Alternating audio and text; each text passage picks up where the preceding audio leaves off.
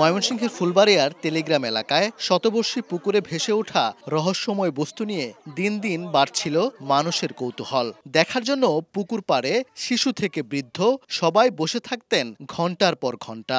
দূর দূরান্ত থেকেও প্রতিদিনই আসতেন মানুষ। মাসখানেক পর এবার অবসান হয়েছে দীর্ঘদিনের কৌতূহলের। অলৌকিক কিছু নয়, পানির নিচে ছিল তাল গাছের গুড়ি সহ খণ্ডাংশ।